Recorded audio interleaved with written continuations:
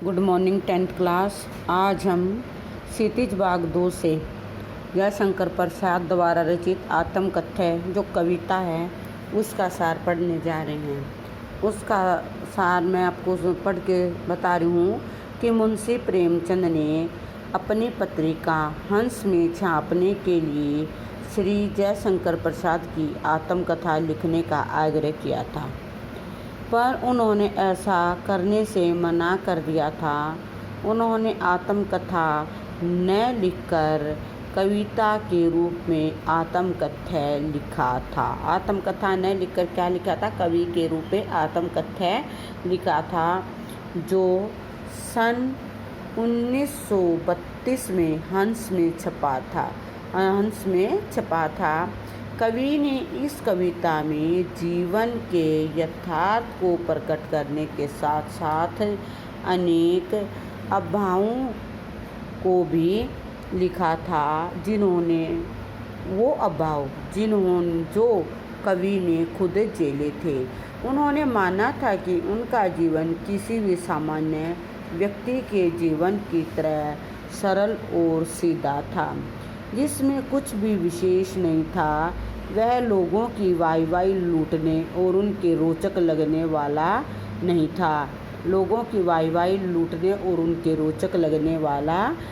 था। तो जो कवि का जीवन था एक सामान्य व्यक्ति के जीवन की तरह सरल और सीधा था, जिसमें कुछ भी विशेष नहीं था। कैसा था? सरल और सीधा था, जिसमें कुछ भी विशेष नहीं था। वह लोगों की वाहवाही लूटना और उन्हें रोचक लगने वाला नहीं था। ऐसा जीवन था उनका कि वो लोगों की वाहवाही नहीं लूटना चाहते थे। उनका जीवन जो था वो सरल, सादा और कैसा था? रोचक न लगने वाला था। जीवन रूपी उपवन में मन रूपी भंवरा गुनगुनाकर चाहे अपनी कहानी कहता हो, पर उसके आसपास पेड़ पौधे की न जाने कितनी पत्तियां मुरझाकर बिखरती रहती हैं।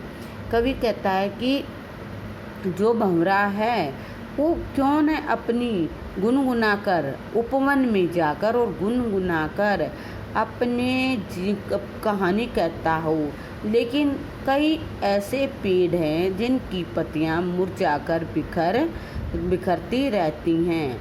इस नीले आकाश के नीचे न जाने कितने जीवन इतिहास रचे जाते हैं। जो हमारा नीला आकाश है, यानी जिसके नीचे हमारा जीवन यापन है, इसके नीचे पता नहीं कितने इतिहास रचे जाते हैं। ये व्यंग्य से भरे होने के कारण पीड़ा को प्रकट करते हैं। यानी जो कविता के अंदर जो कवि लाइनें प्रकट कर रहे हैं, जो लाइनें बता रहे हैं, वह व्यंग्यात्मक रूप में हैं। किस रूप में है? व्यंग्यात्मक रूप में हैं। क्या इन्हें सुनकर सुख पाया जा सकता है? इन्हें जो कवि के द्वारा सच्चाई व्यंग्य के रूप में बताई गई है, क्या कभी उनको पाकर सुख पाया जा सकता है? मेरा जीवन तो खाली गागर के समान व्यर्थ है। कवि क्या कह रहे हैं? कवि कह रहे हैं कि जो मेरा जीवन है वो तो खाली गागर के समान कैसा है? व्यर्थ है। खाली गागर के, जिस तरह घड़ा खाली है, उसके पानी नहीं भरा तो वो घड़ा कैसे है? वो अभावग्रस्त, उसकी कोई वैल्यू नहीं है। ये संसार में व्यक्ति स्वार्थ भरा जीवन जीते हैं। वे दूसरों के सुखों को छीनकर स्वयं सुखी होना चाहते हैं।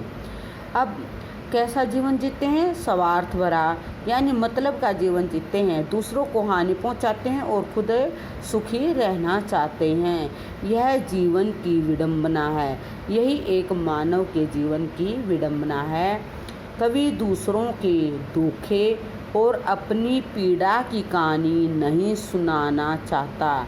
कवि क्या है कि कवि ने अपने दौर में इतनी चीज़ें, इतनी व्याथाएं झेली हुई हैं कि वो नहीं सुनाना चाहता।